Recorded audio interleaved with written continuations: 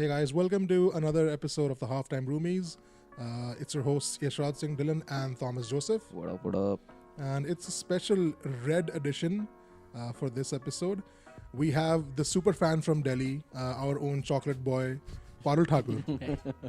He's Canada's own Shebi Singh. I love Shebi Singh though. Yeah, I did. I really did. You've taken inspiration from him today, I see.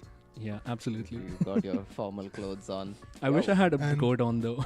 Why are we all wearing formal clothes today, dude? Fuck, this was supposed to be like an informal sports banter thing, and we've suddenly worn like Sunday's finest. I can promise you this is the last time we're seeing him in me in colors. Dude, I'm gonna go back this to is my- No, also the we- first time I've seen you in anything in And we colours. want to in more colors Yeah. actually. Your colorful personality comes out now. yeah. I'm the cult of personality. The cult of Yeah. personality. Oh, Um, CM Punk. But today we're talking about the future of Manchester United and where we as the fans see the club going into the next season and from there on. So let's start with I think the burning topic that's been on everyone's mind for a while. I think it's Ole Gunnar Solskjaer, and how do you see him progressing as a manager? Do you see him as a good fit?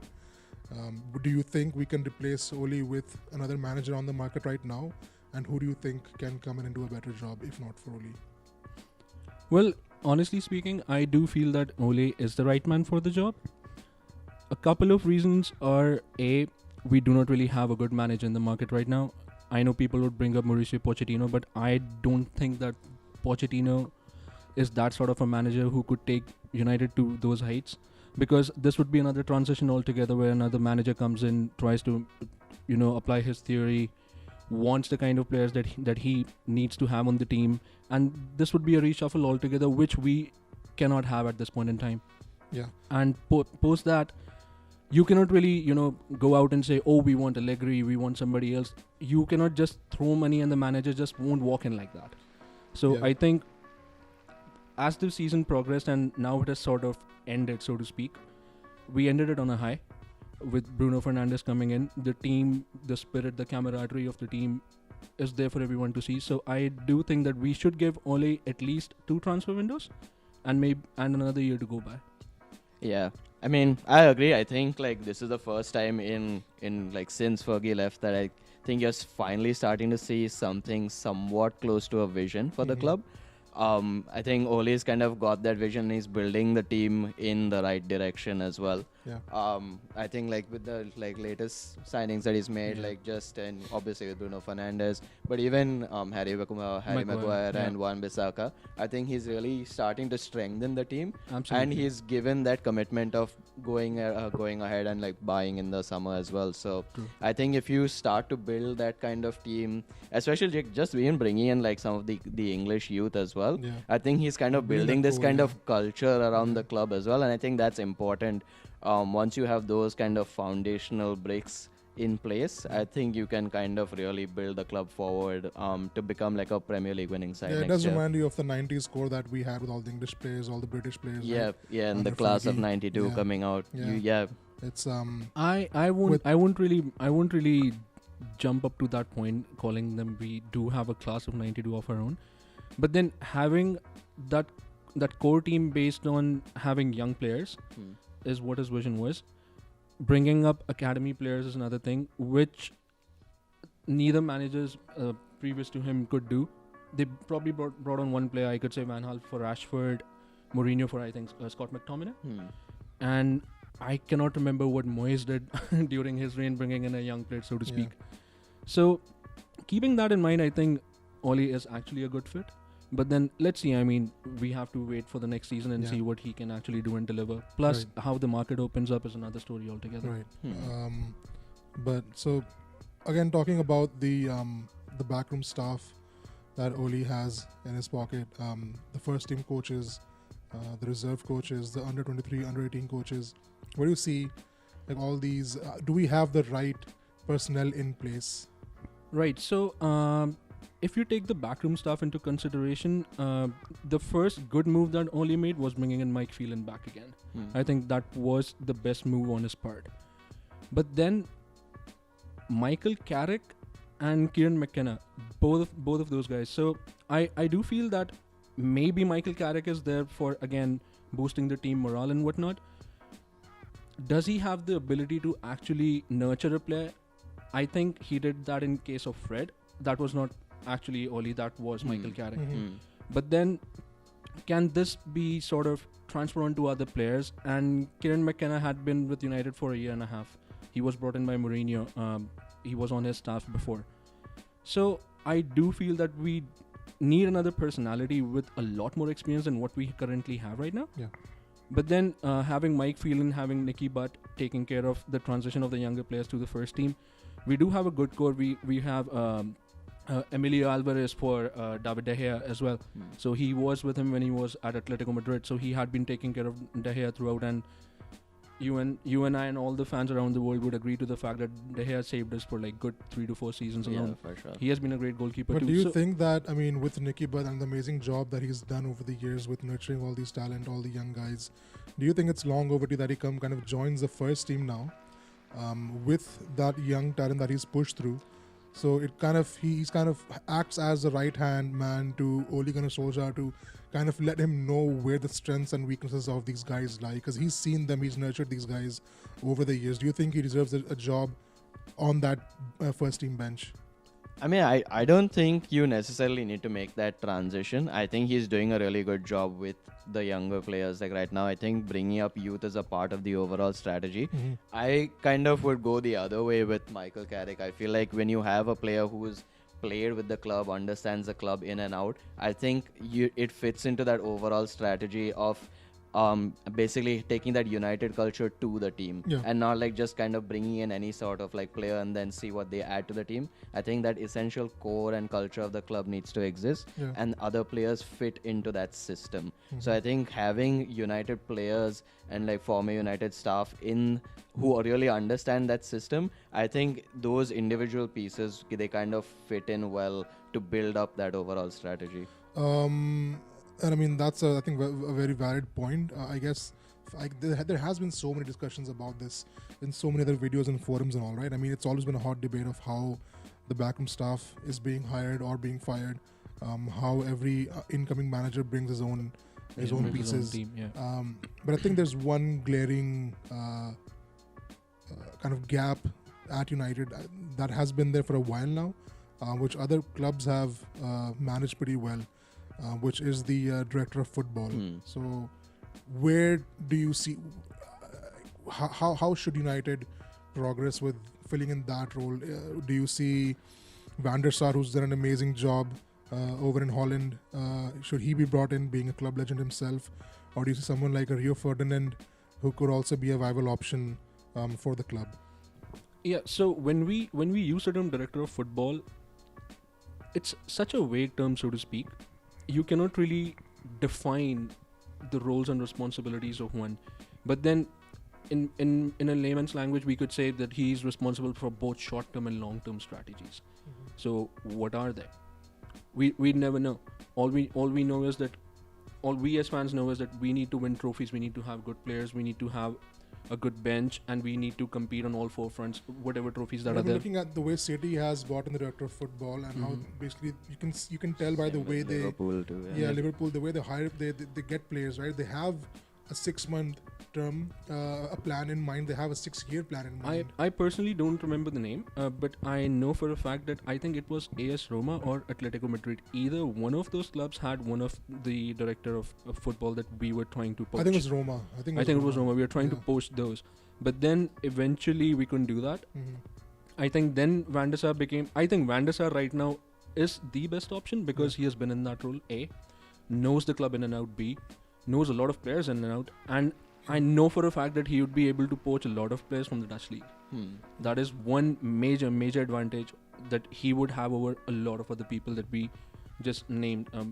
even if you take Rio Ferdinand into consideration, I don't think he would be that good a fit, to be honest. I mean, Van der Sar works for, I think, it's Ajax, right? Yeah. Yeah. So I think, I mean, with so much talent that He has comes the through Ajax experience, Academy, yeah. that could be kind of a pull. Yeah, No. and there's talent in the Eredivisie too, right? Like there's a lot of talent in the Dutch leagues. I think, but regardless of who it is, I think United needs to create that position of the director of football because right now they have Ed Woodward who's there and is kind of trying to do everything. Yeah. He's going and trying to like negotiate for transfers. He's kind of going off like his own instinct and suggestions coming from elsewhere. But you need that one person at the club whose job it is to basically just be the liaison between the owners and the senior management, but actually gets football and gets like where the club needs to go 3-4 years from now and build your recruitment accordingly. I mean, just in addition to like just the director of football, I think one thing which United can really do to kind of set themselves apart is start to use more technology, use more data to drive a lot of these decisions. I think a good director of football will start to use these tools that are available now. The Moneyball way. Yeah, kind of the Moneyball way. Like, so not just using like big data or like analytics to kind of see which player fits in where. There's a lot of good work being done already, like in Germany right now. Like, why you see clubs like Dortmund and stuff who have like directors of football but also have such promising talent coming through. Yeah. They even have, just in addition to like the analytics, they have things like, I think it's called the Footbonaut. They have like these machines that kind of will light up in a particular grid and like it shoots balls at you like really, really quickly. Right. And the player has to get the ball, control the ball, shoot it onto the grid that lights up. So you're building that mental awareness, that visual, spatial awareness for the players as well. And I think the directors of football, once they understand how to use technology and data to build out like the recruitment and like have better players coming in, I think that's one way United can use their money to build out the club going forward. But there's another point that I wanted to make. If they have not been able to sort of scout that kind of talent and people just throw in names just to raise their market value whenever it comes to transfers, so are we really capable of actually scouting great players? And this is why you That need is- the director of football, right? Exactly. So you don't need Ed Woodward that is what's not happening right now. So Yes, so basically if you have a director of football who really gets the football side of things, then you're going to start to make decisions that aren't business based, right? Currently, I think with Ed Woodward, he's more of a businessman. So the signings that were coming in for like the longest time were only based on what kind of market value they bring to United. It wasn't really like the best football fit for them. I think It shirt was- I would shirt rather say sales and- they were panic buys. Yeah, exactly. Most of them were panic buys. Panic buys because I think they didn't have a strategy going I think there initially were a going few into the panic transfer buys. window. I mean, Fellaini was a panic buy. But Pushing I mean- Marta's deal was too. But if you look felt at like a panic buy. But to me. players like Di Maria and Falcao, Zlatan, Yeah, uh, those were some shrewd those signings. were If more we of would the have worked shirt out. sales than actually yeah. guys. There was no thought behind how they fit into the system of that manager. I'm not a fan of Moyes by any measure. I don't like Van Gaal at all. I am still a huge fan of Jose Mourinho. He did have the foresight. He did go up against the board. He wasn't a yes man, which is why he was thrown out. But you could see him kind of revolting against the board, asking for the money, asking for the signings. He did tell us that He wanted coming Maguire second with the kind Yeah. of team he came with was his biggest achievement. Yeah. Exactly. Which was obvious the next season when we didn't have any Yeah. reinforcements, right? We couldn't understand that point back Yeah. then. Yeah. And he even fought to get Maguire. He did fight to Yeah. get Yeah. Maguire. He didn't get him at Yeah. that point in time. I guess. And that's why that position becomes important because you're going to be that point of contact between the owners and the rest of the club to basically go ahead and make those decisions in terms of recruitment. And I think like just using that kind of like data, like and just having that knowledge, it's the way forward, man. Every successful club, like in the last few years, has had a director of football and has used data as well. Yeah. Like Liverpool, It's, City, Dortmund. Barcelona does too. Yeah, they all have that position and they all use data really well. So why is United being the richest club on the planet who can afford the infrastructure lagging behind? Okay, so having wrapped up that question, let's go into the final question of this episode, which is the first part in a two-parter of our Future of United episode. And just quick thoughts on kind of a diaper dive into your thoughts on the Glazers and where do you see and when do you see these parasites and leeches kind of leaving this club and let us be in peace? I just wish that the rumors regarding that Sheikh's takeover, the I think it was a billion dollar Yeah. takeover that was proposed. I think that happens as soon as possible. But also keep in mind that MBS Mohammed bin Salman Yeah, literally that's- killed the Again, reporters. I'm only talking He's again still not the man. not going into the business side of things. Okay. I just care about the Okay. football at my club that So I love. MBS for you would be a better Yeah, absolutely, owner than absolutely. Jesus, like, All the debt has to Yeah. go. All the debt what has what to go. about you, Thomas? I mean, I don't necessarily see like money because I think aren't they also like linked with Newcastle? Isn't Newcastle going for like a $260 But that's billion dollar? But I think that's another. the- Basically, it's a Saudi takeover on yeah, it's the like the English football. Saudi Arabian public fund or whatever. Yeah, like, yeah. So all of them are Newcastle basically was a part of involved. that, Yeah. I mean, I don't necessarily think like you need to go down like the richer route. Like I think because United is a publicly held company as well, Yeah. you still have availability of funds coming through.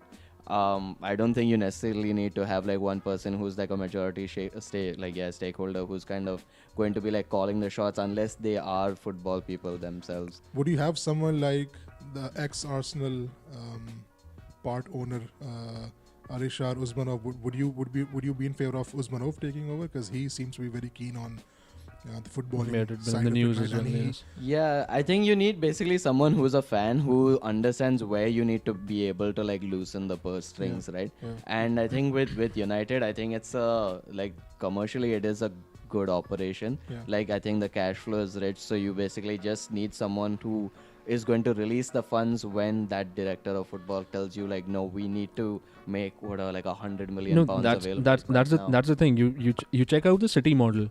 The guys at the top, they just say yes or no. They just say that go ahead with your decision. That's about it. And with a fan plus owner coming in, I think he's going to do the same thing too. If United reaches the kind of I'm not comparing them with City per se, but then this era of football, you need money. Yeah. The flow is needed, and you need to stabilize and build on it. So I think a $1 billion takeover is Right. good. Yeah. So I think that does it for us for this part of the two-part episode. Parul seems to be in favor of the richer MBS. I think Thomas is looking for more of a Kerala fan, communist again. taking over, and I of course hate the parasites and leeches who have taken over the club. So stay tuned for the second episode of the future of Manchester United. We'll be back, and we'll see you then. Cheers. Toodaloo.